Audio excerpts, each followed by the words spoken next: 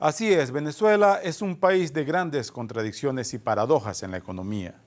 Tenemos controles de casi todos los precios posibles, pero también una de las tasas de inflación más altas de América, o más bien más altas del mundo, y de seguro la más alta de América. Pero hay otras contradicciones y paradojas. Una muy cercana es la del petróleo. Venezuela tiene tantas reservas que alcanzarían para casi 800 años al ritmo de exportación actual.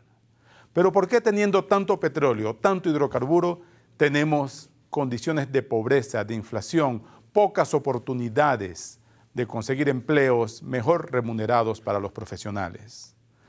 Son estas algunas definiciones o puntos de la gran paradoja del petróleo en Venezuela. Es un tema que fue analizado recientemente en Petare, en un foro organizado por la Fundación Petare Mío, que reunió a varios analistas para intentar llevar este debate, este análisis, a la mayor cantidad de personas posible. Vamos a ver qué opinan ellos sobre la gran paradoja de este rico país y empobrecido país petrolero. La paradoja del petróleo es que nosotros hemos vivido en el país en los últimos 40 años dos grandes bonanzas petroleras.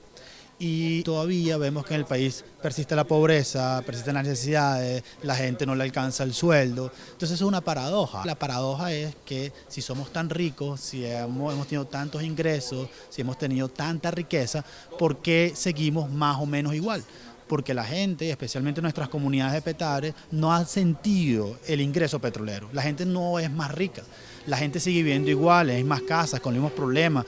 La gente sigue teniendo las mismas necesidades y algunas personas tienen más necesidades porque no hay empresas, las empresas cierran, no son más productivos, cada vez encuentran menos opciones para salir adelante, cada vez son más dependientes del Estado. Convocamos este foro porque la paradoja pareciera estar en nuestra relación con el petróleo. Digamos, por un lado está el venezolano, que sabe que somos un país petrolero, pero que no produce petróleo. La idea es ver cómo nosotros aumentamos la producción petrolera integrando a los venezolanos. No es que los chinos, los indios, los rusos vengan a producir nuestro petróleo, sacar nuestro petróleo, sino cómo hacemos que los venezolanos sean los protagonistas de la industria.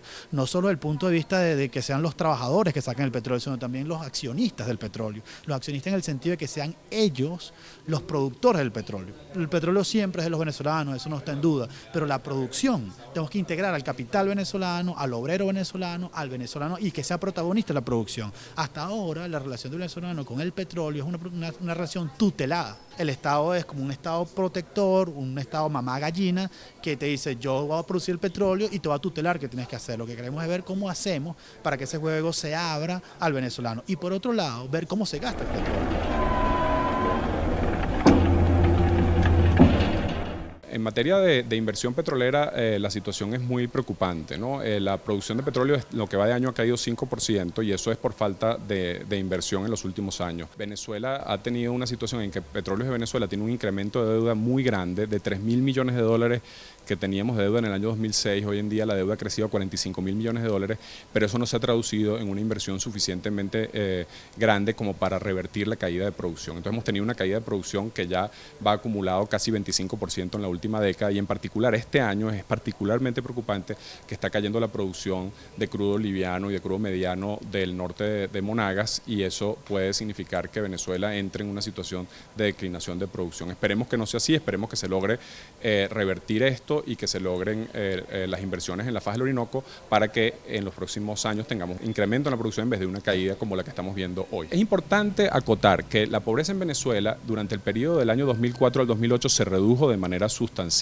O sea que no es cierto que el auge petrolero no se haya traducido en una reducción de la pobreza. La pregunta es si no ha debido ocurrir una reducción mucho mayor y sobre todo que del año 2008 para acá no ha habido reducción de la pobreza y todos los ingresos adicionales que ocurrieron posterior a esa fecha no han llevado a una reducción de la pobreza en Venezuela y sobre todo una reducción de la pobreza sostenible en el tiempo que sea por mayor productividad de los venezolanos. Entonces a uno le preocupa mucho pensar qué pasa en Venezuela si, por ejemplo, cae el precio del petróleo, qué va a pasar con la pobreza en Venezuela, va a perderse todo el camino recorrido. Venezuela es el país de la región, el que más dinero recibió y uno de los que menos redujo su pobreza.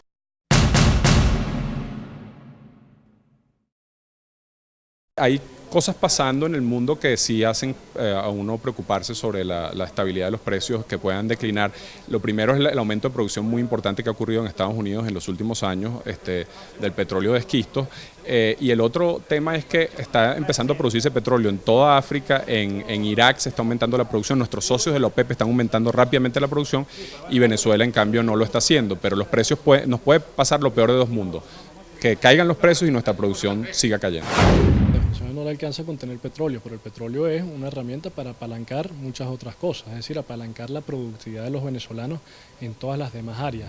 Producir petróleo no implica no producir otras cosas, de hecho debemos apalancar lo que se llama la diversificación, es decir, producir muchas otros bienes y servicios usando el petróleo como herramienta, ¿no? Pero ciertamente el petróleo no es suficiente. Es el deseo de superación de los venezolanos, ese es nuestro principal recurso y los países que son exitosos son aquellos países que convierten las aspiraciones de sus ciudadanos en realidades, en mejoras de bienestar de sus ciudadanos.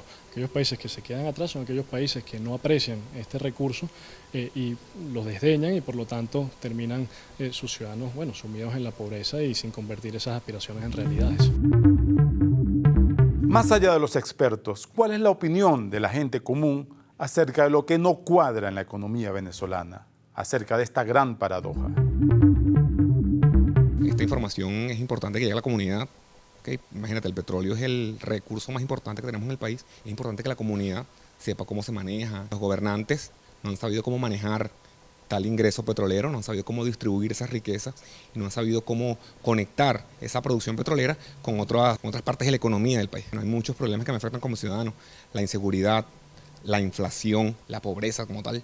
El gobierno debería abocarse un poco más, hablando del petróleo, con tanto ingreso petrolero que tenemos, debería manejarlo un poco mejor, como dijeron hoy, ¿no? Tal vez sembrarlo un poco, tomar en cuenta que cada uno de nosotros es un ente productivo, tomar en cuenta cada una de las necesidades de cada quien y explotar esas ganas que tenemos cada uno de salir adelante como ente productivos que somos de esta comunidad. No hay ningún motivo para que ninguna calle tenga un hueco. El asfalto es el residuo de la explotación petrolera. Entonces, bueno, aquí debemos tener asfalto para regalar. Ninguna calle debería tener ningún hueco.